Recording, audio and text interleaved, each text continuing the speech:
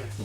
This is Mike Money, back for the Money Pit with Jacob Carver from The Butcher Shop. and B. Brian Blades from Midnight's Gaming Emporium. He had to think again. He's like, Yeah. the only one that doesn't drink. He's like, wait a minute, what's my show? What's my gimmick? And I'm Mike Money. We're going to talk about AWA, which stood for American Wrestling Association. Alliance. Alliance Association. Well, according to Bobby Heenan, it was all the world's assholes, which I thought was just a great line. But anyway, it ran from 1960 to 1991. Owned and founded by Wally Carbo. I'm sure you remember him. I'm sure everybody out there watching this And remembers Vern Gagne. At the time, the NWA World Champion was Pat O'Connor, which I had to look up because I didn't remember him. But for whatever reason, I guess the NWA wouldn't give Gagne the title. They wouldn't give him a title match, so they seceded. Is that easy for you to say? Yeah. They seceded from the NWA. Well, Gagne ran the AWA with an iron fist. I always heard his training camps were akin to, who was the bum from Stu Hart? Stu Hart. The dungeon in Canada, that they ran it with an iron fist. If you passed this training camp, you were probably going to become a wrestler because it was ran hard. But he ran it based on... The dungeon was like Chris Jericho. Yeah, all the Canadian guys. All the Canadian dudes. But if Gagne, he ran the AWA based on technical ability instead of like the powerhouse guys. And it was this belief that I think actually led to the downfall of the NWA. Also, the fact that Vern kept pushing his son Greg, who was like a 20-pound weakling. Yeah. I mean, you know, we joke about so-and-so's world title material and so-and-so ain't. He was not world title material. But he was in the high flyers with Jim Brunzell. Jumpin' Jim Brunzell. Jim Brunzell, yeah. And as a tag team, they were really good. I will give them that. Got confused with the Killer Bees part. There. Killer Bees, right. Yeah. Some world champions of the time were the Crusher. And if you have any thoughts about any of these people, I say chime in, please. There's probably not a lot of our viewing audience that... No, they don't, but I don't give a shit. This is for us, too. We're old fucks, so yeah. We know the Crusher, and we know... Fritz Von Erich, who was the daddy of Kerry, Kevin... The Von Erichs. Eric. Mike Von Erich. Mike. Yeah, because Lance wasn't a real Von Erich, but we won't go there. David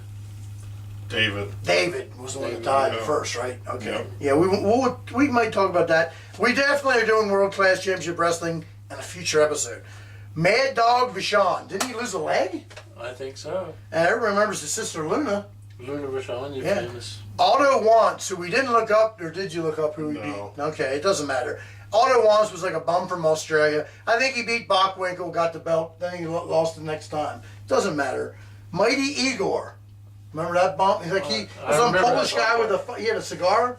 Yeah, I know, it wasn't a big name. Crusher. Dick the Bruiser. Ow, that sounds hurtful. Oh, that does sound hurtful. What was it? Fremont's Bruiser? Or was it Big Dick Hertzer? Big Dick Hertzer. Not quite the same guy. Not quite the same. Jumbo Saruta.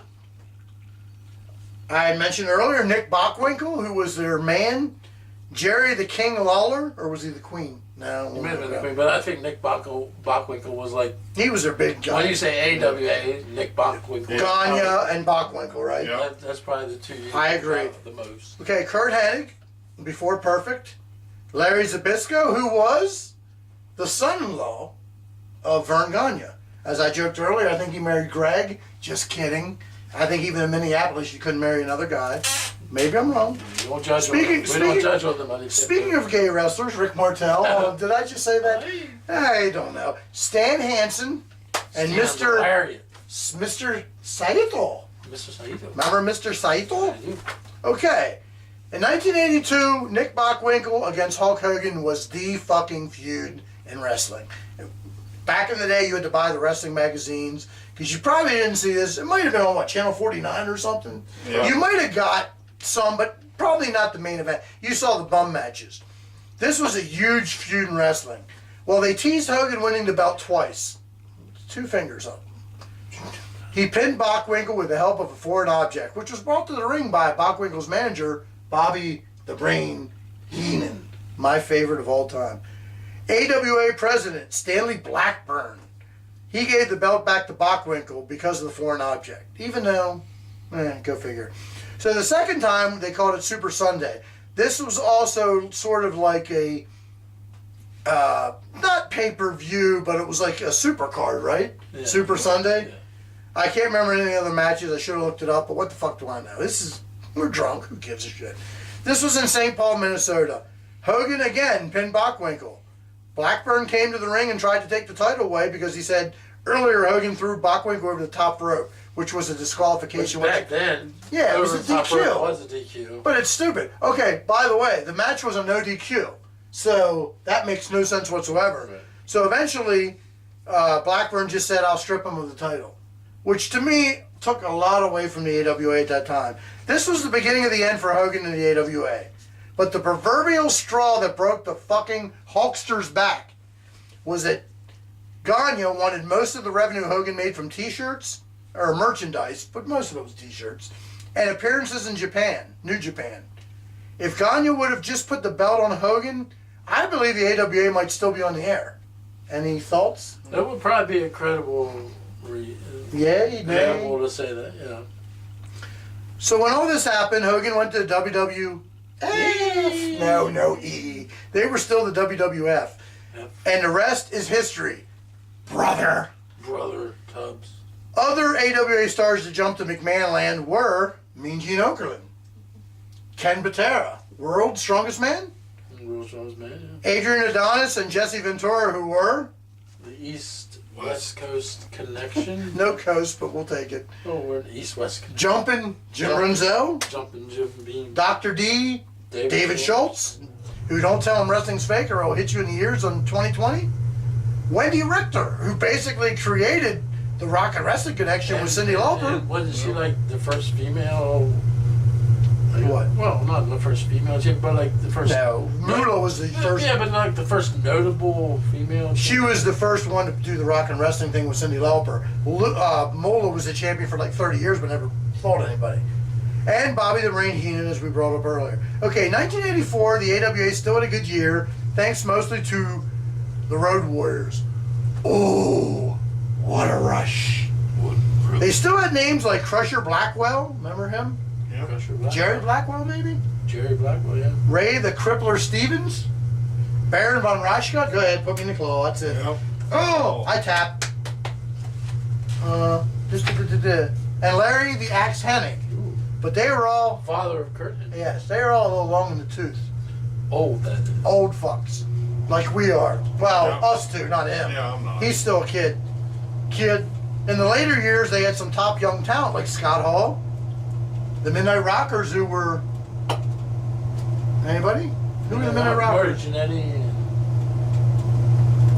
Shawn Shawn Michaels. Michaels. Yeah. Damn, no more alcohol for No him. more alcohol. Sherry Martel, Leon White, who became.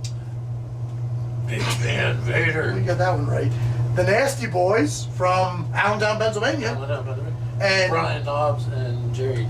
Jerry Sagg, yes, and Medusa Michelli, who's your brother's favorite jerk-off girl.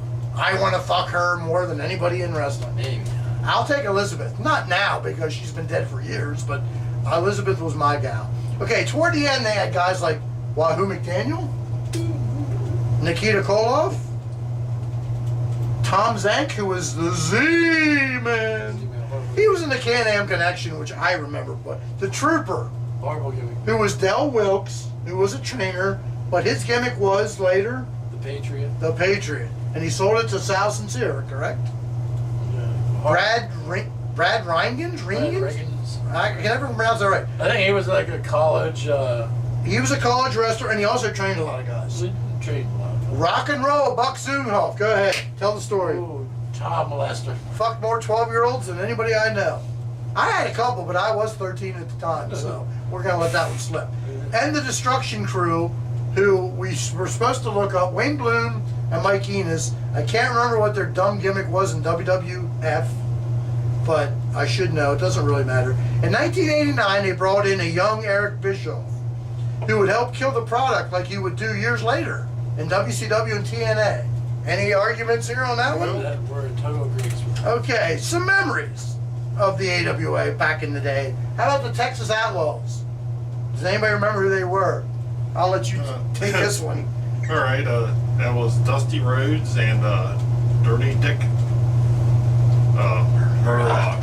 And it was also Dirty Dusty Rhodes at the time, which I never had heard that Dirty before. Dusty Rhodes. He always said that. I'm like, I don't remember that. Okay, other memories I have. Kurt Hennig uses a roll of coins handed to him by Larry Zbyszko to finally beat Bockwinkel. Because he was the good guy for years. He could just never beat him. So he finally turned heel. This was years before or maybe a year before Mr. Perfect. Yeah. Wasn't that far. Larry Zbyszko wins the Battle Royal to win the AWA World title. I always thought that was a little lame. I mean, winning the Royal Rumble is a little different because it was 30 men. A 20-man Battle Royal where you sat in the corner while 18 guys got thrown over the top. It's pretty lame. Kind of reminiscent of like the Amish Assassin second match. Yeah, we won't talk Amish We won't talk Assassin. that. We won't talk that. He was one of the All the World's assholes too, by the way. How about Stan Hansen? This is a memory we all seem to have. He knows he's going to lose the belt to Bockwinkel when he no-shows. And then the following week, he's seen dragging the belt behind his pickup truck. Dude, I wonder why they never put the belt on him, right? Yeah, but that was a classic moment in wrestling. Oh, it's a fucking awesome moment. Okay, I got a couple moments more of bloodbaths. The Midnight Rockers against Playboy Buddy Rose. The fattest guy I ever saw that thought he'd get pussy. He would bring out women, they were fat and ugly. And Doug Summers. And they were managed by Sherry Martel, if I remember right. I believe. But I think all four of them were like cut, bleeding from head to toe. It was one of these 20-minute matches where I swear to God, two of them were bleeding in the first 5 seconds. Reminiscent of Abdullah and Dusty. Well, and anybody, but Dusty Rhodes is what we think about. Especially. And the last one was the AWA versus WCCW title unification match. Jerry Lawler defended against Kerry Von Erich. He busted Von Erich open in the first 2 minutes, and 15 minutes later they called the match because of blood. So I don't ever understand that, but I do remember the Crimson Mask. The Crimson But Mask. if you're going to call the match, shouldn't you call it right away? You should. You shouldn't wait 15 minutes. But there's some more AWA stories. Again, I think if Gagne puts the belt on Hogan, who knows?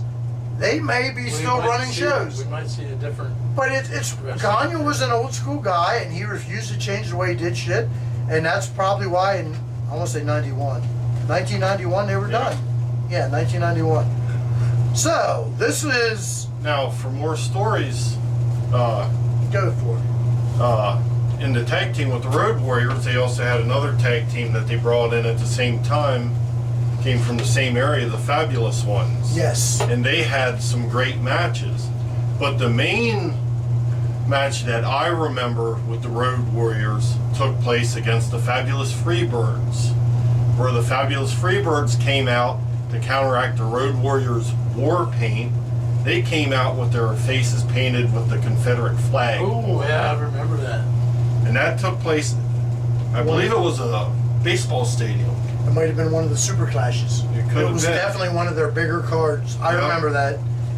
Oh, yeah. I remember that, and I to this day, I just recently watched the Road Warrior video that I have, and that match was on there. And I just sat there thinking, yep, you won't be able to do that nowadays. And yeah, we always talk about that. It just seems like things you could get away with back then, whether it's the social justice warriors, the far right, the far left, or whatever. It seems like you can't do anything anymore. And that's, to me, that's why, even if this has nothing to do with McMahon, I'm going to bring it up, why I can't stand what the WWE does anymore. Because remember when he had the grapefruits? And Yeah. if somebody did something he didn't like, he fucking said, you know what, fuck you, I'm going to do it anyway. And that's when we all liked him. To me, I think it was when they brought on Muhammad Hassan. Do you remember him? Yes. And they did some stupid kidnapping gimmick. And then something happened in real life where they did kidnapping. Yeah. And McMahon should have either not shown it or stood behind it. He showed it the next week, and when everybody bitched about it, he fired Muhammad Hassan, who I thought was the greatest wrestler I've seen of that era of, what do you want to call it, Iran or whatever the fuck he was from. Yeah. And they should have kept, I think he was poisoned in the back, I really don't know. But McMahon, if he had the grapefruits, he would have stood behind it, and that was one of the main reasons I was like shaking my head at WWE. It's like, where's the guy that used to have balls, that didn't give a fuck what people thought? Brand his product anyway. Now it's like pussy this, pussy that anyway. Yeah. Okay, I'm done whining now. Not really. Wait till the next show. Okay, are we done? Yeah. Any That's it. dirty Dick Slater? I don't remember this. Was Mil Mascaris in the AWA? Bill Mascaris was not. He was not in the AWA. Well, then fuck him. I'm throwing that shit out. Okay, this is Jacob Carver from The Butcher Shop. B. Brian Blades, the 15th, 17th, and 18th from, Midnight's Gaming Emporium. and Mike Money from the Money Pit saying, cha-ching? Ching and fuck off.